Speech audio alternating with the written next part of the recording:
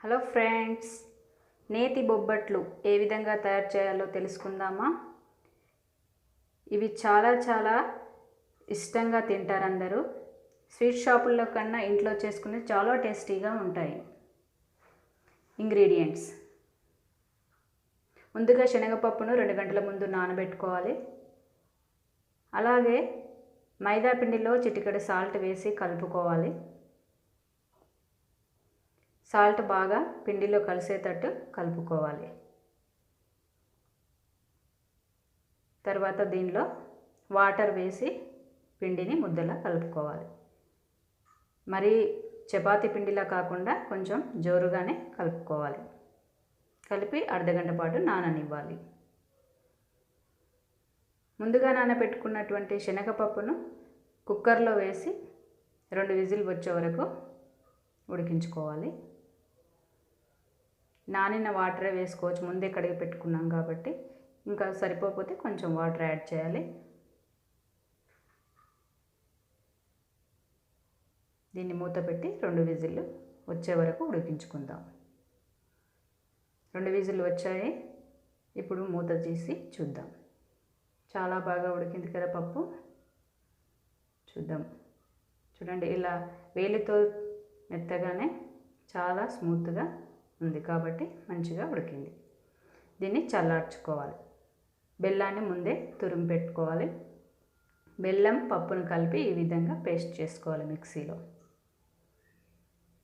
ఒకవేళ పిండి మెత్తగా అయితే పప్పు మిక్సీ పట్టి కలుపుకోవచ్చు. దీనిలోకి మనం ఇలాచి పౌడర్ యాడ్ చేసి బాగా కలుపుకోవాలి. ఈ మిశ్రమాన్ని చిన్న ఉండలుగా చేసుకోవాలి.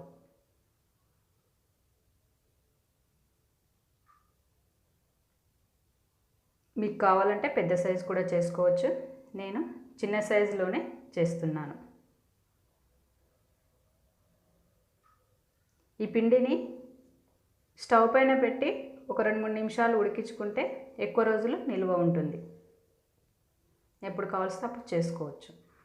ముందుగా నానినటువంటి మైదా పిండిని ఒక ముద్ద తీసుకొని ఒక పాలిథిన్ కవర్ పైన ఆయిల్ రాసి దానిపైన ఈ పిండిని పెట్టి చిన్న చపాతీలాగా ఒత్తుకోవాలి.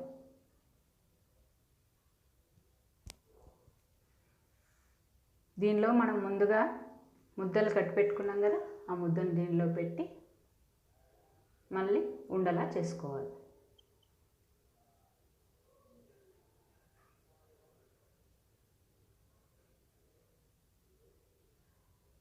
ఈ విధంగా ఉండలుగా చేసుకొని పెట్టుకోవచ్చు. అన్నీ ముందే చేసి పెట్టుకొని కూడా చేసుకోవచ్చు. నేను అలా కాకుండా చేసినట్లు కాలుస్తాను. చూడండి, ఈ విధంగా వేళ్ళతోనే ఒత్తుకోవాలి.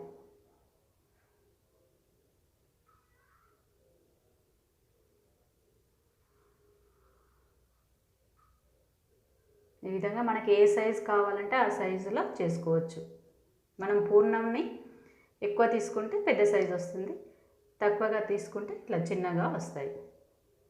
పెనం పెట్టి స్టవ్ పైన దీనిపైన మనం నేతిని వేసుకోవాలి. ఈ విధంగా స్ప్రెడ్ చేసుకోవాలి. దానిపైన మనం ఈ పోలేను వేసుకోవాలి.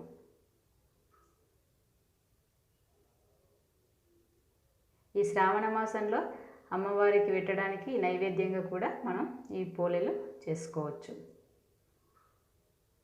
చాలా ఈజీ. తక్కువ ఇంగ్రీడియంట్స్తో మనం ఈ భక్షాలను ప్రిపేర్ చేసుకోవచ్చు. ఒక సైడ్ కాలిన తర్వాత ఈ విధంగా నేతిని వేసి మరొక సైడు తిప్పుకోవాలి. స్టవ్ను సిమ్లోనే పెట్టుకోవాలి. హైలో పెట్టుకుంటే భక్షాలు మాడిపోతాయి.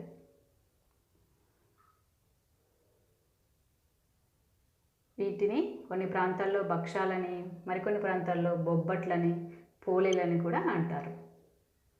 ఈ విధంగా మరిన్ని చేస్తున్నాను. చూడండి, చాలా స్మూత్గా, స్వీట్గా చాలా బాగుంటాయి ఫ్రెండ్స్. చూడండి, చాలా బాగున్నాయి.